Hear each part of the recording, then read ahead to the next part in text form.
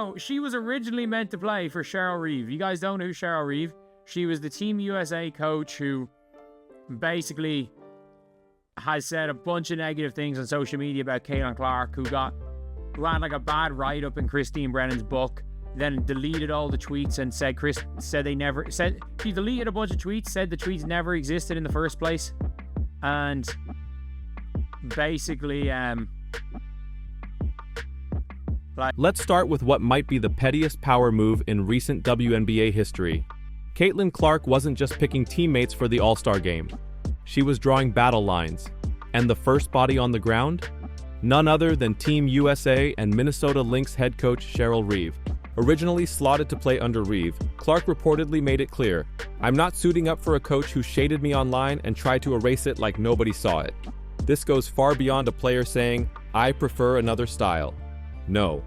Clark engineered a full-blown coach trade to avoid Reeve entirely. This isn't just petty, this is precise. Clark remembered the deleted tweets, the cold quotes, the subtle shade in Christine Brennan's book, and made her pay with public embarrassment. How often do players swap coaches like this in an all-star game? Reeve was supposed to represent the best of the WNBA, and Clark just turned her into the cautionary tale. Disrespect the biggest rookie in the league, and she might just trade you like a bench player. Iconic. Vibes. Not only that, she traded her coach away. Because she didn't want to play for Cheryl Reeve. She traded her Pure vibes. That's what the internet called it. But what Caitlin Clark did here was far more calculated than fans want to admit. The second time we hear it, yes, second, that she traded her coach away, it doesn't sound like a joke anymore. It sounds like a message. Clark didn't just build a team of friends. She cleared the bench of anyone who had thrown shade, dropped passive-aggressive quotes, or conveniently deleted tweets once she became the league's biggest draw. Cheryl Reeve? Gone. Paige Buchers? Passed on. Alyssa Thomas? Left on the board. And then Clark turns around and drafts Sabrina Ionescu, her only real ally among veterans. It's becoming clear, this wasn't some random vibes draft, it was surgical. What Clark did here wasn't about basketball. It was about the locker room politics, the silent beefs, the fake support she's endured all season. She flipped the All-Star game from an exhibition into an exhibition of power. And Cheryl Reeve? She got exposed. Because if Caitlin Clark has the power to pick who coaches her, then the league's hierarchy just shifted forever. Like, she actually was like, you know what, I don't want to play for Cheryl Reeve. Let me go and trade her coach. Let me go and trade the coach. Because it's something that literally, and Caitlin made sure to say, like, I don't care if this is against the rules. If you want the mic drop moment, here it is. Caitlin Clark, live on stream, didn't just suggest she might want another coach. She said loud and clear, "I don't care if it's against the rules. We're trading the coach." Let that sink in. This wasn't a quiet behind-the-scenes request. This was defiance on display. The same rookie who was labeled too soft, too privileged, and not ready for the league just took a flamethrower to tradition and did it on camera. She didn't care about WNBA protocol, coaching legacy, or even the optics. She wanted Reeve gone and made it happen. What makes this so cutting is the tone. Clark knew it might be controversial. She knew the haters would come out, but she didn't flinch. She leaned in. This is the same defiance that fueled her rise at Iowa, the same edge that broke college viewership records, and now, it's being weaponized in the pros, with receipts. Caitlin Clark didn't just pick a team, she rewrote the draft rules, she humiliated a coach, and she dared the league to stop her. This right here? One who is a quote-unquote op, she did not pick. And again, I'm not out here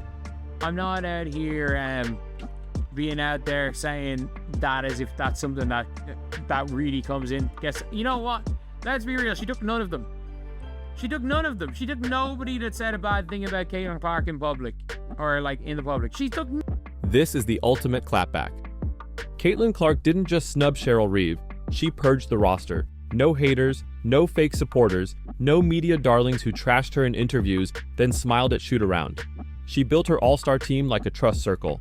And it's not just symbolic, it's tactical. Let's be honest. Since day one, Caitlin's been polarizing.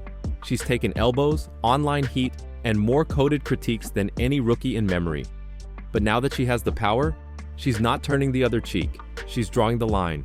The phrase "no ops" didn't come from PR. It came from fans who recognized what this really was, a loyalty test. And Clark passed it with flying colors. She filled her squad with players who stood beside her or stayed silent. Not a single name who subtweeted, shaded, or liked something sketchy. This wasn't just about ball. This was about safe space and scoreboard. She said, "You've disrespected me all season. Now you can watch me from the bench." And for Cheryl Reeve, that bench is even colder. Averaging like 9 points a game. It's something, but thanks her. Let's talk about Sonia Citron, because this pick was more than just random. While analysts scratched their heads over Clark passing on names like Alyssa Thomas or Kelsey Plum, she made what some called a weird selection, Sonia Citron. But this move wasn't weird. It was deeply personal. Citron and Clark go back to Team USA. They've played together, won together, trained in pressure cookers that most WNBA stars still talk about years later. This pick was loyalty, proof that Caitlin values trust over reputation. She could have gone with the obvious pick, but she didn't want someone who might roll their eyes in the locker room or shade her in the media after a bad game. She wanted someone who'd ride with her.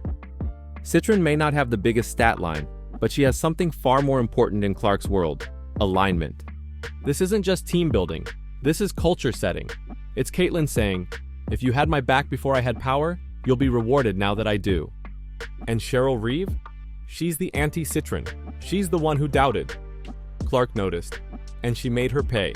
Not just with a snub, but by lifting up the very kind of player Reeve wouldn't look twice at. She literally just goes, "We need more size," and took the point guard. If there was ever a moment where Caitlin Clark trolled the WNBA establishment in real time, this was it. Picture this. Her roster is clearly undersized. She says, "We need more size," and then, with a straight face, drafts Jackie Young, a 5'10" point guard. It's pure comedy. It's also pure control. This is Clark in her element. Cheeky, sharp, and sending signals with every move. The message? I know what you expect from me, and I'm not giving it to you. She's not here to play it safe, not here to mimic what veterans do. She's here to flip the entire process on its head. While Team Fee was stacking defense and boards, Clark was building a team that could drop 175 points and celebrate every three with a group selfie. This Jackie Young moment encapsulated everything: the rebellion, the satire, the vibes.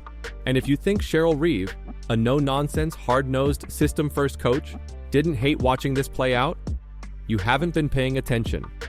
Clark built a roster that would make Reeve uncomfortable, then replaced her with a coach who'd embrace it. That's not a coincidence, that's a statement. A lot. At least Caitlin is aging. Caitlin's team is pure entertainment. The only bit, like, Caitlin is aging Aaliyah. Caitlin's probably like, you know what? I don't really... This is where it becomes clear. Caitlin Clark didn't just draft a team. She staged a show. Aaliyah Boston. That's it. One true center. No bench bigs, no safety net. In a game where rebounds still matter, Clark built an all-star squad that's basically a three-point contest in sneakers. And here's the kicker. She did it on purpose. While most captains draft for balance, Clark drafted for buzz. She wasn't interested in boards or paint protection. She was interested in vibes, splash plays, and pure chaos. Her all-star team isn't designed to win on paper. It's designed to go viral. This is entertainment warfare. And Cheryl Reeve? She built her whole brand on structure, discipline, and winning the right way. Watching Clark tear up the blueprint and laugh while doing it? That's humiliation. It's a rookie walking into the league and rejecting its oldest ideals, with the whole world watching. But yeah, it's just crazy. It was a crazy team that Caitlin Clark picked, and I love the fact she traded Cheryl Reeve. That's my favorite. Let's not beat around the bush. Everyone noticed. The fans, the commentators, the teammates. When Caitlin Clark traded Cheryl Reeve, it wasn't just a smart move. It became the headline. Reeve didn't just lose her coaching spot, she lost it in broad daylight at the hands of the very player she'd subtly disrespected all season. And now, people love it. The internet lit up with reactions. Fans called it savage, cold, and iconic. Even WNBA insiders started cracking jokes, because honestly, who saw this coming? The fact that this is someone's favorite part of the entire draft? That says everything. It wasn't Caitlyn's deep shooting, her chemistry picks, or even her final roster. It was her coach trade, because it was symbolic, it was strategic, and it was so personal it hurt. Clark proved she's not just a player. She's a narrative disruptor. She humiliated Reeve without saying a single word. Fee Collier called Angel Reese the me-bound, and Caitlin Clark literally goes stone-faced. She is like, whoever was it? Is it Andrea Carter that was presenting it?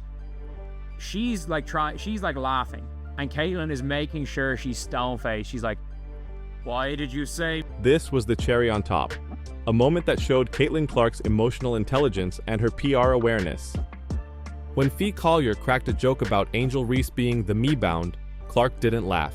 She didn't smirk. She went stone-faced, because she knew what would happen next. The headlines, the discourse, the think pieces. Even if she had nothing to do with it, she'd catch strays. It was a small moment, but powerful. Clark isn't just moving pieces on the court.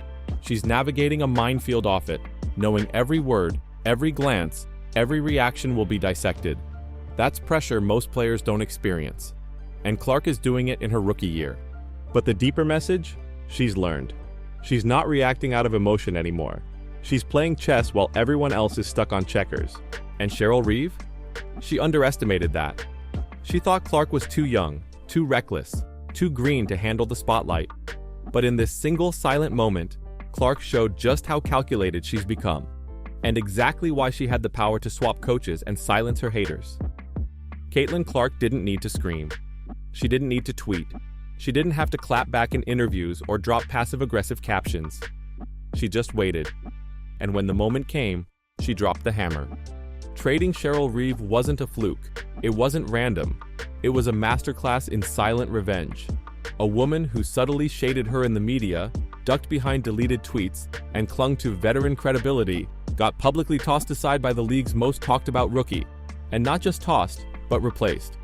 And let's be real, Reeve knows what this means. For years, she sat comfortably as the WNBA's elite, the system coach with the hardware and the clout. But here's the twist. This generation doesn't care about resumes. They care about respect. They care about energy. And they care about who rides with them when the spotlight turns hot. Clark rewarded her people. Sonia Citron, Kelsey Mitchell, Jackie Young, Gabby Williams, all in. She didn't just draft for stats. She drafted for loyalty. Meanwhile, Reeve, Paige, Alyssa Thomas, and every name that ever side-eyed her left to watch from the sidelines. It's a clear message. Play politics and you get benched.